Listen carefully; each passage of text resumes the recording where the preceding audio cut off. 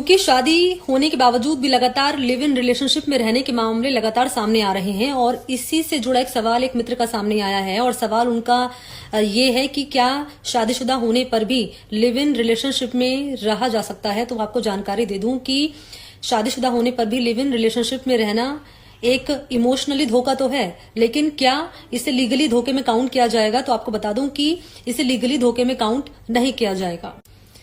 Adultery यानी कि व्यभिचार पहले तो पनिशेबल था, लेकिन अब इसे पनिशेबल नहीं रखा गया है। लेकिन हाँ, ये जो मामले सामने आ रहे हैं ये डिवोर्स लेने का एक मजबूत ग्राउंड बन सकते हैं, यानी कि इसके आधार पर आप जो है तलाक ले सकते हैं। लेकिन मैं आपको जानकारी दे दूं कि इस मामले में पहले होता ये था कि सजा भी लड़कों को ही मिलती थी। अब जानकारी ये भी आप तक होना बहुत जरूरी है कि ऐसा कोई मैकेनिज्म लॉ में नहीं है कि अगर कोई शादी होने के बाद भी लिव इन में रह रहा है तो उसको पनिश किया जाए।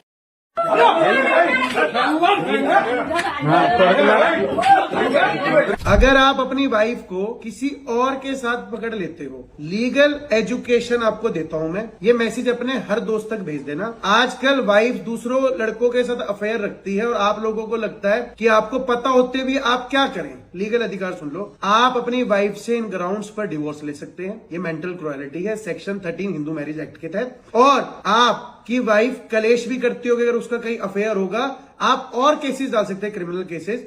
आप वाइफ धमकियां देगी आपको, आपके परिवार वालों को, माता जी से सिस्टर को धमकी दे, IPC 509 के तहत वाइफ को आपकी 2 साल जेल है। Outraging the modesty of a women. Wife आपको धमकी दे, आपको जान से मारने की धमकी दे, तेरी टांगे तुड़वा दूंगी अपने बॉयफ्रेंड को कहकर आपके घर वालों को धमकियां दे, तो IPC 506 के तहत आप अपनी वाइफ को 2 साल की जेल करा सकते हैं। आपके ऊपर कोई मारे, आपको आपकी माता जी को मारे, आपकी सिस्टर को मारे और धमकियां साथ दे, मारने पर 1 साल की जेल है IPC 323 के तहत। और अगर किसी को गंभीर चोट आ गई, आपकी मां को बाल खींचकर नीचे जमीन पर गिरा दे, उनकी हड्डी टूट जाए, तो भी आपकी वाइफ को 7 साल की जेल है IPC 325 के तहत। ऐसी वाइफ को छोड़ देना।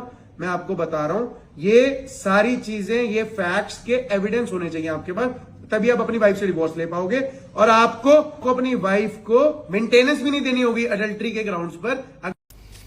जो जानकारी अब मैं देने जा रही हूँ ये लड़कियों को होना बहुत जरूरी है, खासतौर पर उन लड़कियों को जो कि रिलेशनशिप में हैं और जिनका बॉयफ्रेंड उनकी प्राइवेट फोटोज लीक करने की धमकी दे रहा है या फिर उनकी फैमिली को भेजने की धमकी दे रहा है। तो इस मामले में आप क्या करिए, आप प्राइवेटली पुलिस स्टेशन में जाकर उस व्यक्ति के खिलाफ कंप्लेन रजिस्टर करा सकते हैं। इसके अलावा आप साइबर क्राइम में भी उस व्यक्ति के खिलाफ शिकायत दर्ज करा सकते हैं। आपको मैं जानकारी दे दूं कि ऐसा करने पर उस व्यक्ति के खिलाफ सख्त से सख्त कार्रवाई हो सकती है, क्योंकि ऐसा करने पर section 66E information and technology act के तहत ऐसे व्यक्ति के खिलाफ सख्त कार्रवाई हो सकती है और उसको जेल की हवा भी खानी पड़ सकती है। तो लड़कियां ये रील सेव कर लीजिए और बाकी अपनी फीमेल फ्रेंड्स को भी सेंड कर दीजिए जो कि रिलेशनशिप में हैं और जिनका बॉयफ्रेंड उनकी फोटोज लीक करने की धमकी उन्हें बार बार दे रहा है।